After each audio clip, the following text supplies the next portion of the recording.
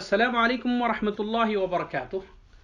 الحمدللہ رب العالمین والصلاة والسلام علی اشرف الانبیاء والمرسلین نبینا محمد وعلی آلہ وصحبہ اجمعین، اما بعد۔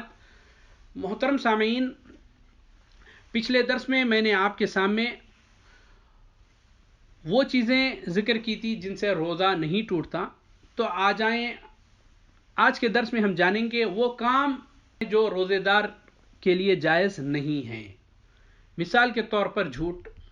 روزے دار کے لیے جھوٹ بولنا قطعاً جائز نہیں ہے۔ ویسے تو عام طور پر جھوٹ بولنا ویسے ہی حرام ہے، لیکن حالت روزہ میں اس عمل کا گناہ اور بھی بڑھ جاتا ہے، اور جھوٹ بولنے والے کو روزہ رکھنے کا کوئی زیادہ فائدہ نہیں ہوتا۔ ابو ہریرہ رضی اللہ تعالیٰ عنہ بیان کرتے ہیں، نبی کریم صلی اللہ علیہ وسلم نے ارشاد فرمایا، من لم يدع قول الزور والعمل به فلیس للہ حاجۃ فی ان یدع طعامہ وشرابہ۔ اور دوسری روایت میں الجہل کا بھی ہم کو ذکر ملتا ہے، من لم یدع قول الزور والعمل والعمل به فلیس للہ حاجۃ فی ان یدع طعامہ وشرابہ، کہ جو شخص نے جھوٹ بولا اور جھوٹ پر عمل کرنا نہ چھوڑا تو اللہ تعالیٰ کو اس کے کھانا اور پینا چھوڑنے کی کوئی ضرورت نہیں ہے، یعنی وہ بھوکا پیاسا رہے، اس سے اللہ تعالیٰ کو کوئی سروکار نہیں ہے۔ دوسری چیز بیہودہ باتیں۔ روزے دار کے لیے بیہودہ باتیں، گالی گلوچ، بیجا شور شرابہ کرنا جائز نہیں ہے۔ ابو ہریرہ رضی اللہ تعالیٰ عنہ نے فرمایا، نبی کریم صلی اللہ علیہ وسلم نے ارشاد فرمایا، لیس الصیام من الاکل والشرب وانما الصیام من اللغو والرفث فان صابک احد او جہل علیک فقل انی صائم۔ روزہ یہ نہیں ہے کہ آپ بھوکے پیاسے رہیں، کھانا چھوڑ دیں، بلکہ روزہ تو لغو، بے فائدہ کام، اور رفث، بیہودہ گفتگو ہو یا حرکتیں ہوں، چھوڑ دینے کا نام ہے۔ لہذا اگر کوئی تمہیں دوران روزہ گالی دے یا جہالت کی باتیں کرے تو اسے کہہ دو کہ میں روزے دار ہوں۔ اسی طرح ابو ہریرہ رضی اللہ تعالیٰ عنہ بیان کرتے ہیں، نبی کریم صلی اللہ علیہ وسلم نے ارشاد فرمایا، اذا كان يوم صوم احدكم فلا يرفث ولا يسخب فان صابه احد او قاتله فليقل اني امرؤ صائم۔ جب تم میں سے کوئی شخص روزے سے ہو تو اسے چاہیے کہ بیہودہ باتیں نہ کرے اور نہ ہی شور مچائے۔ اگر کوئی اسے گالی دے یا اسے لڑنا چاہے تو اسے یہ جواب دے کہ میں روزے دار ہوں۔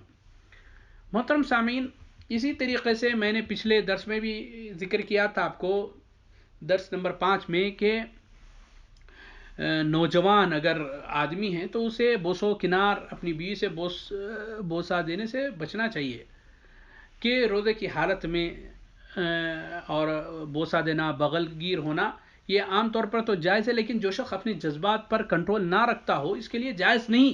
اسی لیے نوجوان آدمی کو اس کام سے روکا گیا ہے، کیونکہ اس کے لیے آگے تجاوز کرنے کا خدشہ ہے۔ حضرت ابو ہریرہ رضی اللہ تعالیٰ عنہ بیان کرتے ہیں کہ ان رجلا سأل النبی صلی اللہ علیہ وسلم عن المباشرۃ للصائم، کہ ایک آدمی نے نبی کریم صلی اللہ علیہ وسلم سے روزے دار کے لیے مباشرت، یعنی بغل گیر ہونے اور معانقہ کرنے کے وغیرہ کے بارے میں سوال کیا۔ فرقص له، تو آپ نے اسے اجازت دی۔ وآتاہ الآخر فسألہ فنہاہ، پھر ایک اور آدمی آیا آپ کے پاس، آ کر اجازت مانگی تو آپ نے اسے منع کر دیا۔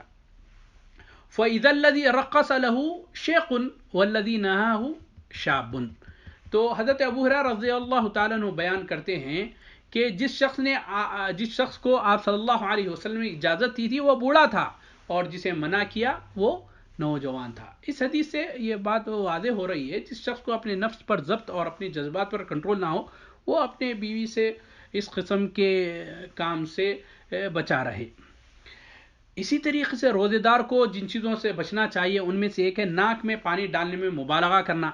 دوران وضو ناک میں اچھی طرح پانی ڈالا جائے گا اور صاف کیا جائے گا، لیکن حالت روزہ میں ناک میں پانی چڑھاتے وقت احتیاط ضروری ہے، کیونکہ روزے دار کے لیے ناک میں پانی چڑھانے میں مبالغہ کرنا جائز نہیں ہے، جیسا کہ صحابی رسول لقیط ابن صبرہ رضی اللہ تعالیٰ عنہ بیان کرتے ہیں کہ نبی کریم صلی اللہ علیہ وسلم نے ارشاد فرمایا، وَبَالِغْ فِي الْإِسْتِنْشَاقِ إِلَّا أَن تَكُونَ صَائِمًا، ناک میں خوب اچھی طرح سانس کھینچ کر پانی ڈالو اوپر کی طرف، مگر جب کہ تم روزے سے ہو، تو روزے کی حالت میں ہو تو پانی اوپر چڑھانے میں مبالغہ نہیں کرنا چاہیے۔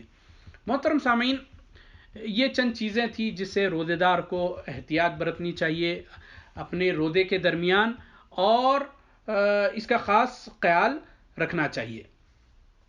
انشاءاللہ اگلے درس میں ہم وہ چیزیں آپ کے سامنے ذکر کریں گے جن سے روزہ ٹوٹ جاتا ہے. والسلام علیکم ورحمۃ اللہ وبرکاتہ.